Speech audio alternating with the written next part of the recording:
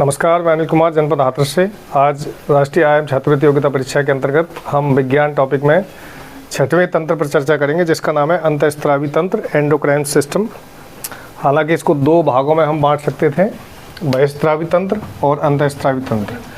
क्योंकि ये कक्षा 8 के बच्चों का लेवल है तो हम ज़्यादा लंबा नहीं खींचते हुए इसको समराइज कर देंगे छोटा। लेकिन सबसे पहले शुरुआत ग्रंथियों से करते हैं। ग्रंथि किसे बोलते हैं? ग्रंथि माने गांठ होती है बच्चों, गांठ। हमारे शरीर में कई प्रकार की ग्रंथियां पाई जाती हैं। कुछ ग्रंथियां ऐसी होती हैं जिनसे जो एंजाइम छोड़ती हैं। क्या छोड़ती हैं? और जो रक्त के संपर्क में नहीं रहती, रक्त के संपर्क में नहीं रहेगी। और अंतःस्रावी ग्रंथि हार्मोन्स छोड़ती हैं और ये रक्त के साथ हार्मोन छोड़ती हैं, और मिश्रित में एंजाइम और हार्मोन दोनों। देखिए, ऐसी ग्रंथि जो एंजाइम छोड़े या पाचक रस छोड़े, एंजाइम माने पाचक रस होते हैं, पाचक रस, और रक्त के कांटेक्ट में ना हो, यानी ब्लड के कांटेक्ट में ना हो, उसको कहेंगे बहिस्रावी ग्रंथि। ठीक है, बहिस्रावी का मतलब ये नहीं कि हमारे शरीर के बाहर से कोई चीज़ निकल रही है। अंतःस्रावी का मतलब है ऐसी ग्रंथियाँ जो हार्मोन्स का स्रावण करें और सीधे रक्त में हार्मोन्स को छोड़ें। और मिश्रित ग्रंथि में आती है ऐसी ग्रंथि जो एंजाइम भी छोड़े और हार्मोन्स भी छोड़े।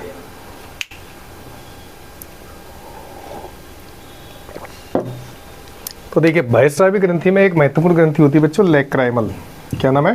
लेक्राइमल। कहाँ है ये? कि सुना है किसी ने? लेक्राइमल क्या है? लेक्राइमल ग्रंथि आंसुओं का निर्माण करती है। किसका? आंसुओं का। किसका? आंसुओं का। आंसू इसी ग्रंथि से निकलते हैं या आंसुओं का निर्माण करती है, लेक्राइमल ग्लैंड। ठीक है, आंसू बनते हैं और इसमें आंसुओं में एक एंजाइम पाया जाता है जो लार में पाया जाता है, लाइसोजाइम। लाइसोजाइम, ठीक है। तो लेक्राइमल ग्रंथि लाइसोजाइम एंजाइम का स्त्रावण करती है आंसू के द्वारा। आंसू जो है क्यों आते हैं आंखों में, बताइए? नहीं, आंसू आंख को ठंडा करने के लिए आते हैं। दुख में तो आते हैं, भावनाओं से जुड़ा हुआ कांटेक्ट होता है, लेकिन आंसू जब आंख में आते हैं तो वह आंख को साफ करने के लिए, एक तो क्लीनिंग करते हैं, नेचुरल क्लीनिंग करते हैं, और दूसरा साफ करते हैं। एक आंख में एक भाग और होता है, देखो सब लोग देखना, ऐसे उंगली लगा के दोनों आंख यहाँ पे जो किनारी जब मिलती है, ये वाली, ये यहाँ पे होता है मांस जैसा टुकड़ा, देखो एक दूसरे की तरफ। हाँ, इसे बोलते हैं पंक्टम। क्या बोलते हैं? पंक्टम। क्या बोलते हैं? पंक्टम। ये पंक्टम जो होता है, ये आंसुओं को स्टोर कर लेता है, रोक लेता है। तो कभी कभी जैसे तुमने देखा होगा, पापा या मम्मी कभी रो नहीं पाते तो ऐसे आंखें पकड़ के ऐसे दबाते हैं ना, तब आंसू निकलते हैं। तो ये जो होती है किनारे वाली संरचना पंक्टम, ये आंसुओं को स्टोर कर लेती है, रोक लेती है। कुछ लोग ऐसे होते हैं जो रोते नहीं है, अंदर अंदर आंसुओं को पी जाते हैं, और फिर अगर उनके आंखों के ऐसे मस लें तो आंसू निकल आएंगे। ठीक है, तो लेक्राइमल ग्रंथि मुख्य रूप से आंसुओं का निर्माण करती है। आंसू में कौन सा एंजाइम पाया जाता है? लाइसोजाइम। कौन सा? लाइसोजाइम। आगे देखिए,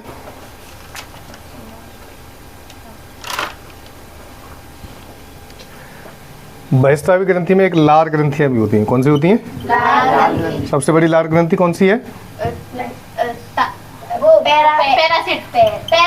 पैरोटिड। कौन सी है? कौन सी है? और ये सांप में यही ग्रंथि जहर ग्रंथि का काम करती है। किसका? किसका कार्य करती है? ठीक है, सबसे बड़ी पैरोटिड होती है। इससे नीचे कौन सी होती है? 3 होती है। अरे सबमेंडिबुलर और सबलिंगुअल, सबलिंगुअल, सबमेंडिबुलर और पैरोटिड। तो पैरोटिड को समझिए, पैरोटिड सबसे बड़ी लार ग्रंथि होती है जो कि लार का निर्माण करती है। और लार हमारे पाचन में, हम पढ़ा चुके हैं, हमारे पाचन में सबसे महत्वपूर्ण तत्व होता है लार का। ठीक है, लार का महत्व बहुत ज़्यादा होता है हमारे पाचन में। ये भोजन को गीला बनाती है और भोजन को जीवाणु रोधी बनाती है। ठीक है, और जो हम निवाला खाते हैं उसे किस में बदल देती है? बोलस में। वेरी गुड, किस में? बोलस में। ठीक है, यहाँ तक क्लियर हो गया? रिपीट करें अब। हाँ, गांठ ग्रंथि किसे बोलते हैं? गांठ को ग्रंथि बोलते हैं। ग्रंथि कितने प्रकार की होती हैं? बहिस्रावी, बहिस्रावी में क्या निकलता है? और अंतःस्रावी में और मिश्रित में, हाँ, ये रक्त के संपर्क में नहीं रहती, ये रक्त के संपर्क में रहती हैं और ये दोनों में रहती हैं। ठीक है, तो वैश्यावी ग्रंथि में पहली कौन सी है? क्या नाम है? लेक्राइमल। कौन सी? कौन सी? क्या काम है इसका? कौन सा एंजाइम पाया जाता है? दूसरे नंबर पे कौन सी है? हाँ, इसमें कौन सा एंजाइम पाया जाता है? लाइसोजाइम। इसमें भी लाइसोजाइम पाया जाता है। लार में टाइलिन और लाइसोजाइम। ठीक है, टाइलिन महत्वपूर्ण है, परीक्षा में पूछा जाता है, तो आप टाइलिन लिखेंगे क्योंकि टाइलिन ही ऑप्शन में दिया होगा। लार में कौन सा एंजाइम पाया जाता है? टाइलिन। ठीक है,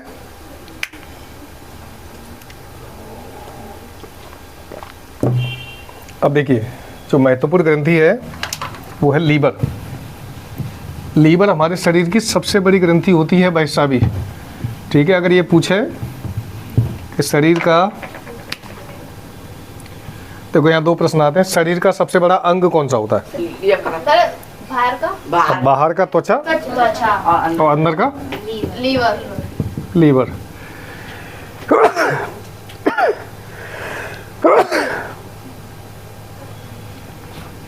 लीवर जो है यकृत सबसे बड़ा अंग होता है और ग्रंथि भी। ठीक है, अब ये कौन कौन से पाचक रस स्थापित करती है इसको लिखिए आप। देखो बच्चों, लीवर दो कोशिकाओं से मिलकर बना होता है। पहली होती है हेपेटिक कोशिकाएं। कौन सी होती है? हेपेटिक कोशिकाएं। और दूसरी होती है कूफर कोशिकाएं, कूफर सेल्स। इन दोनों कोशिकाओं से मिलकर लीवर बना होता है और लीवर में रीजनरेशन पावर होती है। मैं पहले बता चुका हूँ पाचन में। यकृत जो होता है वो अपना निर्माण स्वयं कर लेता है कुछ समय बाद। जैसे ही वो नष्ट होता है उसकी कोशिकाएं दोबारा उगाती हैं। इसको बोलते हैं पुनरुद्ध भवन। पुनरुद्ध, रीजनरेट कर लेता है कोशिकाओं को। ठीक है,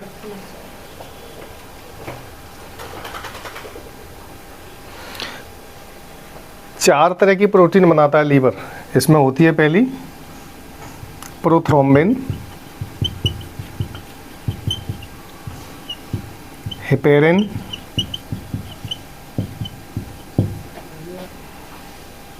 फाइब्रिनोजिन और एल्बुमिन। चार प्रकार की प्रोटीन का निर्माण करता है, जिसमें से दो प्रोटीन जो होती हैं बच्चों, प्रोथ्रोम्बिन और फाइब्रिन, ये क्या काम करती हैं? कोई बताएगा? किसी बच्चे को पता है? रक्त में ये दोनों प्रोटीन्स क्या काम करती हैं? देखो, अगर हमारा हाथ कट जाए और खून बहने लगे तो रक्त को जमाने, रक्त का थक्का जमाने का काम करती हैं फाइब्रिन और प्रोथ्रोम्बिन। ये रक्त को जमाती हैं। क्या करती हैं? शरीर के बाहर जमाती हैं, अंदर नहीं जमाएंगी, ध्यान रखा। कब जाएंगी? जब कट लग जाएगा तब। और हेपेरिन क्या करती है काम? हेपेरिन मैंने बताया था एंटीकोगुलेंट प्रोटीन है, यानी ये रक्त को जमने नहीं देती धमनियों में। ये रक्त को जमने नहीं देती। देखिए, रक्त एक तरल संयोजी ऊतक है जिसकी जो प्रकृति होती है वो जमने वाली होती है, यानी कोगुलेंट हो जाता है बहुत तेजी से। और रक्त को कोगुलेंट करने में प्रोथ्रोम्बिन और फाइब्रिनोजिन दो प्रोटीन का विशेष योगदान होता है। जैसे ही हमारे कहीं कट लग जाए या कहीं चोट लग जाए तो जो खून निकलता है वो थोड़ी देर बाद अपने आप रुक जाता है। वो इसलिए रुक जाता है क्योंकि शरीर को पता है खून में दो प्रोटीन्स होती हैं कि अब तुम्हारा काम स्टार्ट हो गया, चलिए खून को जमाइए। लेकिन बहते हुए रक्त को कौन जमने से रोकता है? हेपेरिन। हेपेरिन अगर रक्त में ना हो तो धमनियों में ही रक्त जम जाए। ठीक है, हेपेरिन यही काम करता है कि जो खून हमारे शरीर में बह रहा है इस समय, उस खून को जमने से रोक रहा है। तो चार प्रकार का प्रोटीन ये बना रहा है। अब देखिए, एक चीज और बनाता है लीवर, बिलिरुबिन। क्या बनाता है? बिलिरुबिन का क्या कार्य है? हाँ, प्लाज्मा को भी पीला करता है। शरीर से जितने भी येलो पदार्थ निकलते हैं वो बिलिरुबिन के कारण होते हैं। ठीक है, और जो मल पदार्थ होता है उसका रंग भी इसी के कारण होता है, बिलिरुबिन। ठीक है, एक बिलीबर्डिन और हो गया। बिलीबर्डिन, ध्यान से सुनिएगा, इससे पूछूंगा मैं क्वेश्चन। बिलीबर्डिन के कारण पित्त जो है हरा होता है, पित्त का रंग हरा होता है। ठीक है, पित्त रस कहाँ बनता है? लीवर में। और पित्त का जो रंग होता है वो हरा होता है। हरा किसके कारण होता है? बिलीबर्डिन के कारण। बिलिरुबिन के कारण पीला होगा और बिलीवर्डिन के कारण हरा होगा। ठीक है। अच्छा, उत्सर्जन के भाग में लीवर का क्या काम होता है? उत्सर्जन में बताओ। बिल्कुल सही, यूरिया को, अरे अमोनिया को यूरिया, हाँ, अमोनिया को यूरिया में बदलना, अमोनिया को यूरिया में बदलना, वो यूरिया में बदलता है। ठीक है, समझ में आ रहा है? ठीक है, अब रिपीट करते हैं। लीवर, लीवर शरीर का सबसे बड़ा अंग होता है, भीतरी अंग, यकृत। ठीक है। इसमें एक चीज़ होती है कि सबसे अधिक कोलेस्ट्रॉल बनाता है लीवर। कोलेस्ट्रॉल, कोलेस्ट्रॉल जो है मैं बताऊंगा, सबसे अधिक कोलेस्ट्रॉल लीवर बनाता है। कोलेस्ट्रॉल देखो सबसे पहले शरीर में बनता है कार्बोहाइड्रेट, कार्बोहाइड्रेट वसा में बदलता है और वसा बदलता है कोलेस्ट्रॉल में। कार्बोहाइड्रेट जो चीज़ें हम खाते हैं जैसे मक्का, चना, मटर, गुड़, रोटी, उनमें सब में कार्बोज होते हैं, कार्बोहाइड्रेट होते हैं। ज़्यादा कार्बोहाइड्रेट लेने पर वो फैट में बदल जाते हैं, शरीर में टूट कर पोषक तत्व तो दूसरे पोषक तत्व का रूप ले लेते हैं फैट में। और फैट अगर ज़्यादा खाओगे तो वो कोलेस्ट्रॉल का रूप ले लेगा, जो कि गंदगी होती है रक्त की। ये रक्त में पाया जाने वाला गंदा पदार्थ होता है जो कि धमनियों को जाम कर देता है, और इसी के जाम होने से हार्ट अटैक हो जाता है हमें। ठीक है, अब रिपीट करते हैं, ध्यान दीजिए। शरीर का सबसे बड़ा अंग कौन सा? बाहरी अंग त्वचा है। कौन सा है? कौन सा है? कौन सा? अंदरूनी अंग कौन सा? किसका निर्माण करता है यकृत? किसका? और क्या करता है? इसको अमोनिया बोलो। अमोनिया को किसको? कौन सी कोशिकाओं से बना होता है? कौन सी? कौन सी? और इसमें पुनरुद्भवन की क्षमता होती है, इसका क्या मतलब है? ये स्वयं निर्माण कर लेता है अपना, कोशिकाएं नष्ट होने पर स्वयं निर्माण। उसके बाद कौन से प्रोटीन पाए जाते हैं? एक और बार, कौन से? प्रोथ्रोम्बिन। और कौन सा? बिलिरुबिन। और बिलीवर्डिन। बिलिरुबिन के कारण पीला पदार्थ या पीलिया होता है, ध्यान रखिएगा। क्या होता है? पीला पदार्थ है पीलिया। शरीर में जो पीलिया होता है ना, इसको हेपेटाइटिस ए बोलते हैं बच्चों, हेपेटाइटिस ए। इससे ज़्यादा भयानक स्थिति हो जाती है पीलिया की तो वो हो जाता है हेपेटाइटिस बी, और उसमें व्यक्ति की मृत्यु हो जाती है। अधिक बिलिरुबिन के अधिक बनने के कारण शरीर में पीलिया होता है। ठीक है, पीलिया होने का कारण है बिलिरुबिन बनना, और पित्त का बढ़ने का मतलब है बिलीवर्डिन का बढ़ना। पित्त हरे रंग का होता है। क्लियर है?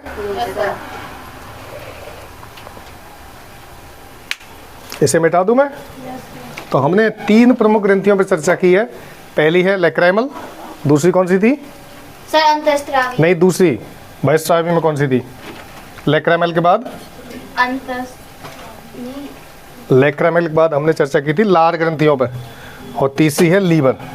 क्लियर हो गया? लीवर में कोई कंफ्यूजन तो नहीं है? अच्छा, ये बताइए बच्चों, इसमें खून को ना जमने वाला प्रोटीन कौन सा है? कौन सा है?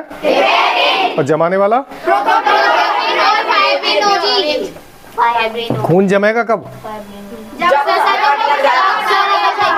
शरीर से बहने वाला खून जमता है जो बाहर निकल रहा हो। ठीक है, और अंदर वाला जमने से रोकता है हेपेरिन प्रोटीन। तो प्रतिस्कंदन प्रोटीन हिंदी में आता है, कंफ्यूज मत हो जाना। हेपेरिन को बोलते हैं प्रतिस्कंदन।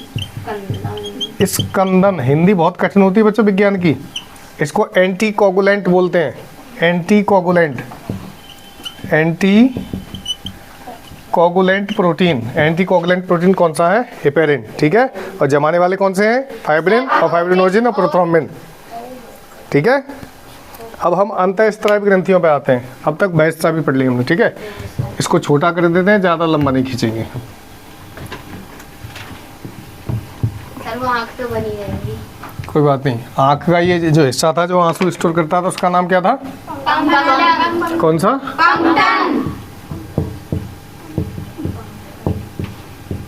देखो, हाइपोथैलेमस जो है बच्चों, ये सभी ग्रंथियों का बाप है। क्या है? ये जितनी भी अंतःस्रावी ग्रंथि होती है इनके पापा हैं जी, बाप। और दादा कौन है फिर? दिमाग। बिल्कुल सही जवाब। ब्रेन कंट्रोल करता है सबको। ब्रेन कौन हुआ? दादा। ठीक है, ब्रेन के नीचे ही होता है हाइपोथैलेमस, यहाँ नीचे। तो कभी कभी दादाजी काम नहीं करते, वो अपने बेटे से काम कराते हैं कि जा बेटा शरीर की देखभाल करो, कौन क्या कर रहा है, कैसे कर रहा है, ये सारा काम तुम्हें करना है। मैं तो बड़ा बूढ़ा हो चुका हूँ, तो मैं ऊपर बैठूंगा आराम से क्रेनियम में। कहाँ बैठूंगा? कपाल गुहा में। कितनी हड्डी होती है? हाँ, वेरी गुड। तो हाइपोथैलेमस भाई साहब जो है पूरे नर्वस, इसमें से जो हार्मोन निकलता है बच्चों, देखो जितनी भी अंतःस्रावी ग्रंथियां हैं उनमें से सब में से हार्मोन निकलेंगे। क्या निकलेंगे? हार्मोन। हर एक हार्मोन का नाम आपको याद करना पड़ेगा, कौन सी ग्रंथि से कौन सा हार्मोन निकलता है। परीक्षा में 100% क्वेश्चन आता है। तो हाइपोथैलेमस से निकलता है नर्वस हार्मोन। कौन सा? कौन सा? हाइपोथैलेमस से निकलता है नर्वस हार्मोन। हाइपोथैलेमस ग्रंथि जो होती है बच्चों, हमारी भूख, प्यास, नींद, इच्छाएं और अच्छा लगना, बुरा लगना, ये सभी चीज़ें कंट्रोल करता है। ठीक है, और शरीर का ताप नियंत्रक ग्रंथि होती है। बॉडी का टेम्परेचर कितना रहेगा ये भी यही भाई साहब कंट्रोल करेंगे, हाइपोथैलेमस। ठीक है, हाइपोथैलेमस से निकलता है नर्वस हार्मोन। हाइपोथैलेमस के नीचे होती है पीनियल ग्रंथि। इसके नीचे पीनियल ग्रंथि। ठीक है, छोटी होती है, हाइपोथैलेमस से छोटी, इतने दाने के बराबर पीनियल ग्रंथि। और ये होती कहाँ है पीनियल ग्रंथि? बिल्कुल मम्मी जब बिंदी लगाती ना, जो कुछ बच्चे बिंदी लगाए हैं, माथे के बीचा बीच में, ये जो मुंह है, तो यहाँ होगी पीनियल। ठीक है, पीनियल ग्रंथि जो होती है बिल्कुल आईब्रो के सेंटर पर होती है यहाँ पे। अब ये क्या काम करती है? इससे दो हार्मोन निकलते हैं, मेलाटोनिन और सेरोटोनिन। लिख लेना, मेलाटोनिन और दूसरा सेरोटोनिन। सेरोटोनिन। ठीक है, वैज्ञानिक नाम है, थोड़े से कठिन है, लेकिन याद करोगे तो हो जाएंगे। मेलाटोनिन और सेरोटोनिन निकलते हैं कहाँ से? हाइपोथैलेमस से। हाँ, पीनियल ग्रंथि से, पीनियल से। ठीक है, ये माथे में जैसे शिव की तीसरी आंख होती थी ना, शिव जी की खुल जाती थी, इसको थर्ड आई भी बोलते हैं। अगर पूछा जाए थर्ड आई ग्रंथि कौन सी है, तो पीनियल, इसको बोलते हैं थर्ड आई। तीसरी आंख, शिव जी की तीसरी आंख कौन सी है? पीनियल ग्रंथि। इसीलिए देखो, जब हिंदू धर्म में स्त्रियां श्रृंगार करती हैं तो ये जो है यहाँ पे कुमकुम लगाया जाता है, कुमकुम या सिंदूर, बिंदी लगाई जाती है। ये जो बिंदी लगाई जाती है, ये जो चक्र होता है हमारा पीनियल ग्रंथि, ये शरीर के दो हार्मोन्स को नियंत्रित करती है, एक तो मेलाटोनिन और एक सेरोटोनिन। सेरोटोनिन हार्मोन जो है वो नींद को लाने में सहायक होता है। नींद आने में, हमें नींद जब आती है तो हमारे शरीर से सेरोटोनिन हार्मोन निकलता है। कौन सा निकलता है? Serotonin hormone. रोशनी बंद करने पर। ठीक है, और रात में हमारी त्वचा का काला रंग कर देता है मेलाटोनिन। देखो, ये तुमने चीज़ ऑब्जर्व नहीं की होगी, लेकिन रात में हमारा रंग दिन के मुकाबले थोड़ा सा काला हो जाता है, क्योंकि मेलाटोनिन का लेवल बढ़ जाता है। तो सेरोटोनिन तो नींद में सहायक है। किसमें? नींद में सहायक। नींद में सहायक। ठीक है, हाइपोथैलेमस से जो नर्वस हार्मोन्स निकल रहे थे वो पूरी बॉडी को कंट्रोल करेंगे, पूरे शरीर को। जिसमें कुछ चीज़ें मुख्य थी, क्या थी? भूख, प्यास, क्या क्या था? भूख, प्यास, ताप, गुस्सा भी, और घृणा भी। घृणा और प्यार, ये सब इसी से है, हाइपोथैलेमस से। तो जो कुछ हम कर रहे हैं वो हमसे करवाया जा रहा है। कौन करवा रहा है? हाइपोथैलेमस। सच में? या और कोई?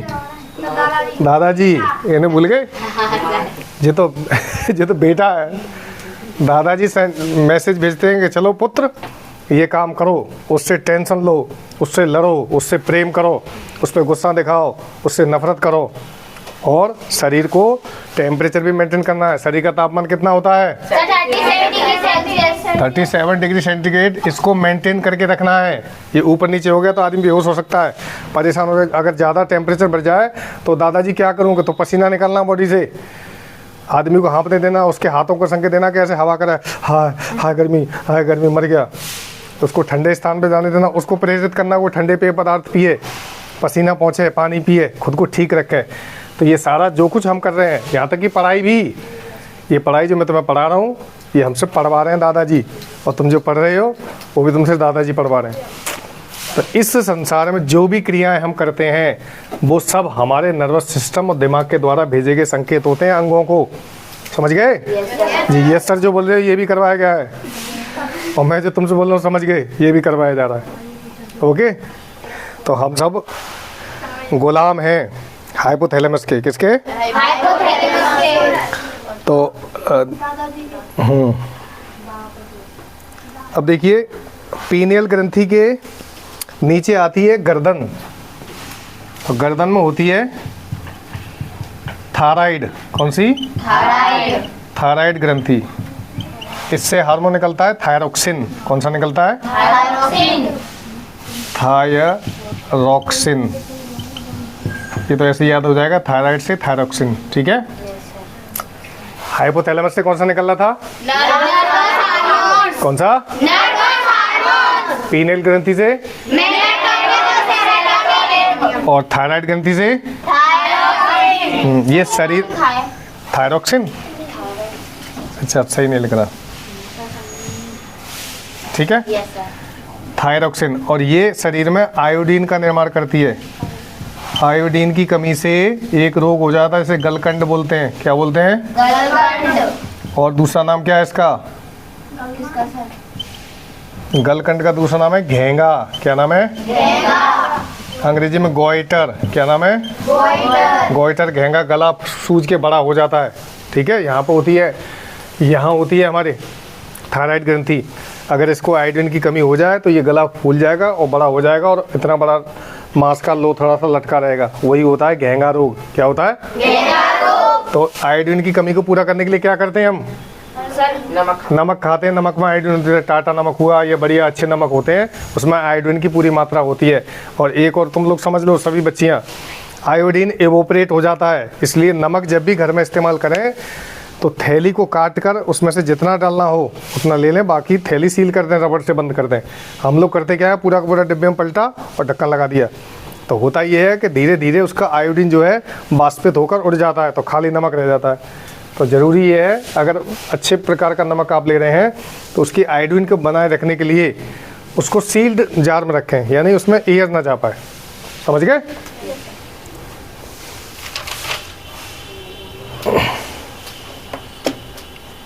चलिए इसको रिपीट करते हैं हम।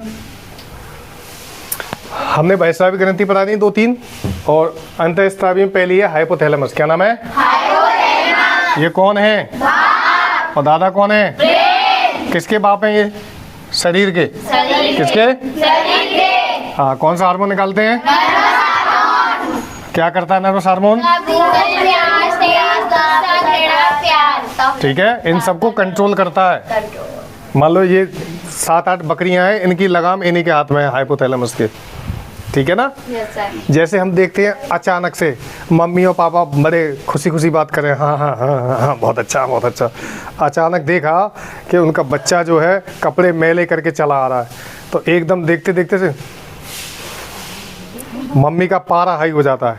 यानी कि हाइपोथैलेमस ने क्या एक्टिवेट किया कि देखो आपका बेटा गंदा होके आया, अब आप गुस्सा करिए। क्या करिए? गुस्सा। लेकिन कभी कभी मम्मी ऐसी कंडीशन फंस जाती है कि जो हंस के दिखाना पड़ता है, कोई बात नहीं, छोटा बच्चा है। फिर बाद में उसकी तबीयत से कुटाई होती है ब्याज के साथ। ठीक है, तो हाइपोथैलेमस क्या क्या कंट्रोल करता है? भूख, प्यास, ताप, गुस्सा, घृणा, प्यार। उसके नीचे कौन सी होती है? पीनियल ग्रंथि है। इसको क्या कहते हैं? क्या कहते हैं? या तीसरी आंख या थर्ड आई। ठीक है, क्या कहते हैं? कौन सा हार्मोन निकालती है? दूसरा सेरोटोनिन। किस में सहायक है? नींद लाने में, नींद छुड़ाने में नहीं, नींद लाने में। देखिए, सेरोटोनिन हार्मोन जब तक नहीं निकलेगा बच्चों, जब तक आप अंधेरा नहीं करेंगे। तो जब भी अच्छी नींद लेनी हो तो बिल्कुल गुपा अंधेरा कर लो, कुछ दिखे ना। जैसे ही अंधेरा हो जाता है तो जब ब्रेन जो भाई साहब जो पीनियल ग्रंथि जो थी वो कहती है कि अब रात हो गई। चल दिन में ही अंधेरा कर लो आप, क्या अब रात हो गई, चल भाई सेरोटोनिन, हाँ क्या, हाँ दीदी क्या, आप जाओ और जी भैया को सुलाओ, क्या हाँ चल रहे हैं हम। और जैसे किसी ने ला जाए पट्ट, ना दीदी अभी तो औजार ला के चलो, तो वापस चलो। ठीक है, तो सेरोटोनिन कब निकलेगा? जब अंधेरा होगा। कब होगा? क्योंकि हमें अपने दिमाग को बेवकूफ़ बना के रखना पड़ता है। समझ गए ना? अगर दिमाग को कुछ चीज़ें पहले से पता हो तो ब्रेन बहुत सुपर एक्टिव हो जाता है उसके मामले में कि नहीं ये तो सांप ही है। जैसे अचानक हम बैठे हैं और धोखे से हम एक सांप पे बैठे को और बता भाई साहब का हाल चाल है, अरे भाभी यहाँ तो सांप है, क्योंकि दिमाग को खतरे का आवाज़ होगा। और अगर मैं कह दूँ कि देख यहाँ सांप है यहाँ बैठना मत, तो माइंड एक्टिव, ना ना ना वहाँ नहीं जाना, वहाँ सांप है। तो खतरे को कौन बता रहा है? हाइपोथैलेमस। कौन? कि भाई साहब वहाँ मत जाओ, मैं बचा ना पाऊंगा बेकार, मैं तुम्हें मैसेज दे सकता हूँ कि आप वहाँ ना जाएं। ठीक है, तो पीनियल ग्रंथि मेलाटोनिन सेरोटोनिन गर्दन में होती है, कौन सी? कौन सी? कौन सी? कौन सा हार्मोन निकालती है? थायरॉक्सिन में क्या पाया जाता है? आयोडीन की कमी से कौन सा रोग? और गोइटर और गलगन। ठीक है, क्लियर है? कोई दिक्कत तो नहीं है? मिटा दे? ओके, हमारे हाइपोथैलेमस तो तुम ही हो, तुम संदेश दे रहे हो हमें। अब आइए साहब, एड्रिनल ग्रंथि, ये महत्वपूर्ण होती है बच्चों। चौथी आ गई, अंतःस्त्रावी ग्रंथि पढ़ रहे हैं, मुस्कान उसके अंदर है एड्रिनल। एड्रिनल नंबर 4, ये ग्रंथि बहुत महत्वपूर्ण होती है और ये एक हार्मोन निकालती है, जैसे बोलते हैं एड्रीनेलिन। एड्रीनेलिन लिखते जा रहे हो तुम? नहीं, एड्रीनेलिन हार्मोन कौन सा हार्मोन निकालती है? इसे बोलते हैं लड़ो या उड़ो हार्मोन।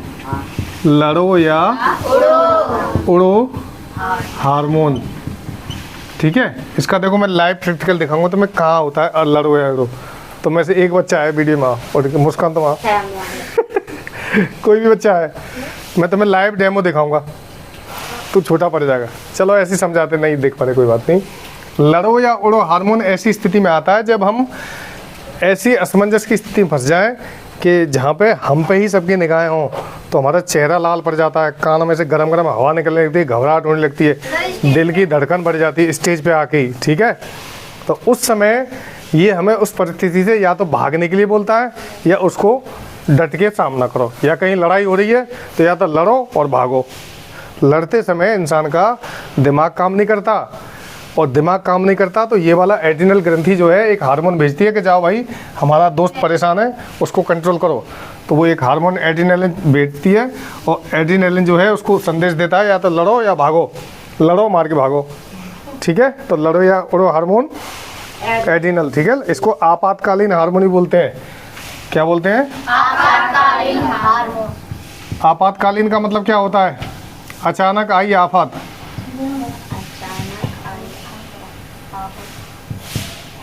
अचानक एक बार मेरे पे आफत आ चुकी है, उसे बाद में बताऊंगा किसी दिन। जैसे अचानक तुम चल रहे हो और आराम से कोचिंग जा रहे हो पढ़ने, अचानक तुम्हारी चांद में आके टन से पत्थर लगता है।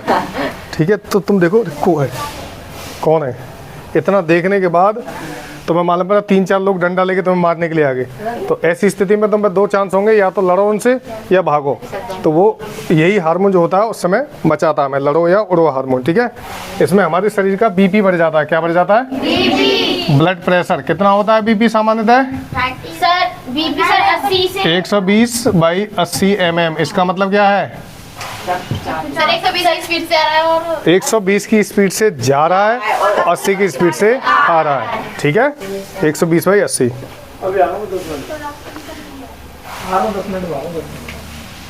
ठीक है, एड्रिनल ग्रंथि समझ गए? एड्रिनलिन हार्मोन निकलता है, लड़ो या उड़ो हार्मोन बोलते हैं इसे।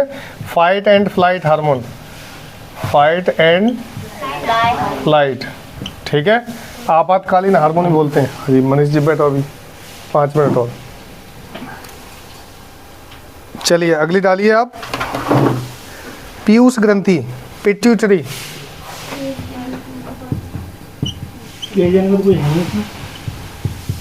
को बच्चा है? पीयूष ग्रंथि, कोई भी नहीं आ रहा?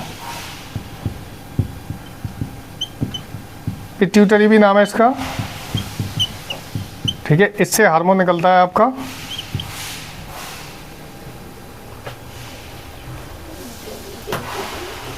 तीन हार्मोन निकलते हैं इससे, TSH, STH और LTH। TSH, STH और LTH। देखो अंतःस्त्रावी ग्रंथियों में यही चीज़ याद करनी की, कौन सी ग्रंथि है, कौन सा हार्मोन निकलता है, उसका क्या काम है, बस और कुछ नहीं। ठीक है ना।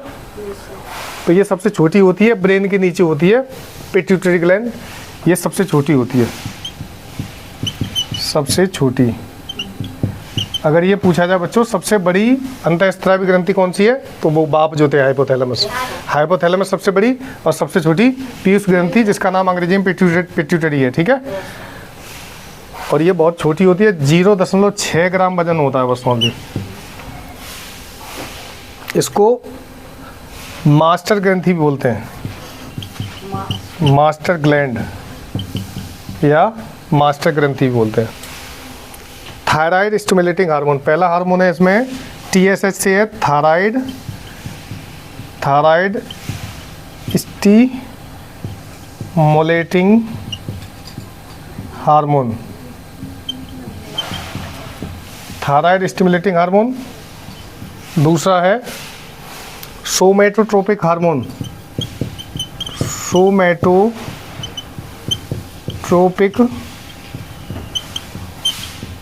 हार्मोन। और तीसरा है luteinizing hormone, lactogenic hormone, lactogenic hormone. देखो इसको मास्टर ग्रंथि क्यों कह रहे हैं, क्योंकि हर एक ग्रंथि में से एक ही पाचक रस निकल रहा था, इसमें से 3 निकल रहे हैं, तीनों के अलग अलग फंक्शन हैं, ठीक है। छोटी है लेकिन छोटा पैकेट बड़ा धमाका है, ये छोटी है, ब्रेन के नीचे पाई जाती है पीयूष ग्रंथि, और इसमें से 3 अलग अलग हार्मोन निकलते हैं जो अलग अलग फंक्शन करते हैं। और क्या क्या काम कर रहे हैं इन्हें समझिए आप, पहले रिपीट कर ले ऊपर का, ठीक है। एड्रिनल ग्रंथि, बोलो एड्रिनल ग्रंथि, कौन सा हार्मोन, एड्रिनल हार्मोन, कौन सा, एड्रिनल हार्मोन, कौन सा, एड्रिनल हार्मोन, क्या होता है इसमें, क्या नाम है दूसरा, क्या है, तीसरा नाम, पीयूष ग्रंथि से कौन सा हार्मोन, सबसे छोटी ग्रंथि है, वजन कितना 0.6 ग्राम, TSH, STH और LTH। अभी इनके बारे में पढ़ते हैं, तीनों के बारे में। इसे मिटा दूं,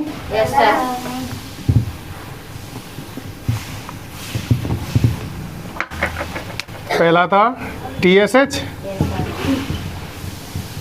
TSH का नाम है थायराइड स्टिमुलेटिंग हार्मोन। तो देखो कभी कभी ऐसा होता है कि कोई ग्रंथि हार्मोन निकालना बंद कर देती है, तो पीयूष ग्रंथि का काम है कि उसको एक्टिवेट करे। थायराइड स्टिमुलेटिंग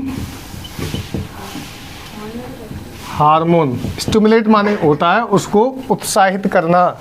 जैसे कभी कभी कोई बच्चा ऐसा होता है, कोई काम नहीं कर रहा होता है, तो हम कहते हैं अरे तू तो बहुत होशियार है, तू कर सकता है, देख तेरे अंदर बहुत ताकत है, तू ये है वो है, मतलब उसको हवा भर देते हैं। क्या कर देते हैं, हवा, क्या हाँ मैं तो कर सकता हूँ, और वो तुरंत ही उस काम को कर डालता है।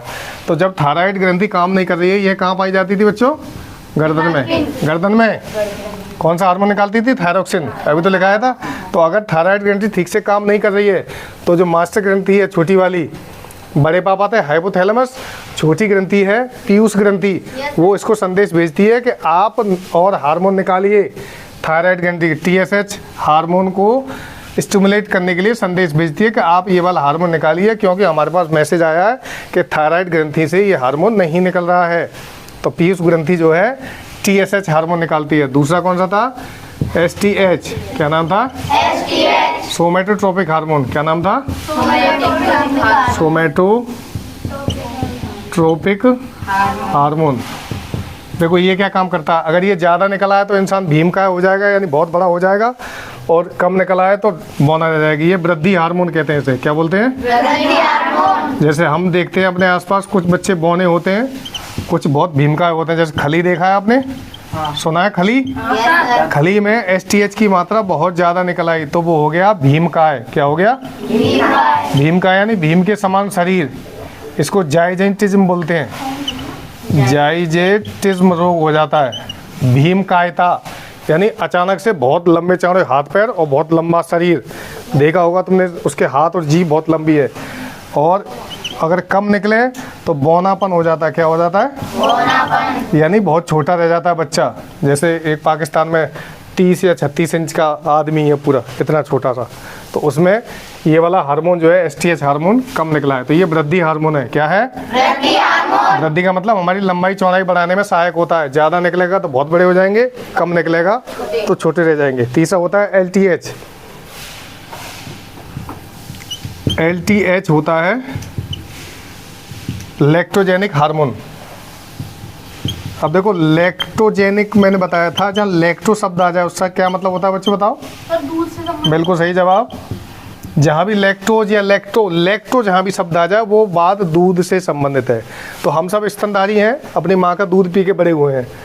तो लैक्टोजेनिक हार्मोन्स दूध का निर्माण करता है। किसका? दूध का। माँ के स्तनों में दूध का निर्माण करेगा लैक्टोजेनिक हार्मोन। जब गर्भवती माँ होती है तो अचानक ही उसका पूरा व्यक्तित्व तो बदल जाता है, वो माँ बनती है और बच्चे को दूध पिलाने लगती है। ठीक है, तो माँ के स्तनों में दूध का निर्माण करता है लैक्टोजेनिक हार्मोन। कौन सा? Lactogenic hormone. ठीक है। अब देखो जानवर जितने भी होते हैं वो इंसानों से ज़्यादा समझदार होते हैं, बोलते तो है नहीं। जानवर अपने बच्चे के लिए दूध को स्टोर करके रख लेते हैं दुग्ध कोशिकाओं में, अपने थनों में, देखा होगा तुमने। लेकिन मनुष्य इतना लालची और बेईमान हो चुका है कि उसको इंजेक्शन लगा देता है। एक इंजेक्शन होता है जिसका नाम है ऑक्सीटोसिन। कौन सा है? ऑक्सीटोसिन का हार्मोन जो होता है वो दुग्ध ग्रंथियों को एक्टिवेट कर देता है। क्या कर देता है? तुम्हारे यहाँ जिनके यहाँ भैंस हो उन्हें पता होगा कि इंजेक्शन लगा के दूध निकाला जाता है। किस किस का भैंस है? अगर आप इंजेक्शन लगा रहे हैं तो उसको लगाना आज ही बंद कर दीजिए, क्योंकि वो सरकार द्वारा बैन है, उस पर सरकार ने रोक लगा दी है, क्योंकि ये मानवता के दायरे में नहीं आता। जो जानवर है वो अपने बच्चे के लिए भी तो दूध बचाएगा, लेकिन मनुष्य इतना लालची हो चुका है कि वो उसके बच्चे को तो चारा डाल देता है और उसका दूध बिल्कुल थनों में से 101% निचोड़ लेता है। और अगर ना दे भैंस तो विज्ञान का सहारा लेके ऑक्सीटोसिन का इंजेक्शन लगा देता है, फिर भैंस का कंट्रोल नहीं रहता और उसकी दुग्ध ग्रंथियों से सारा का सारा दूध आसानी से निकल आता है।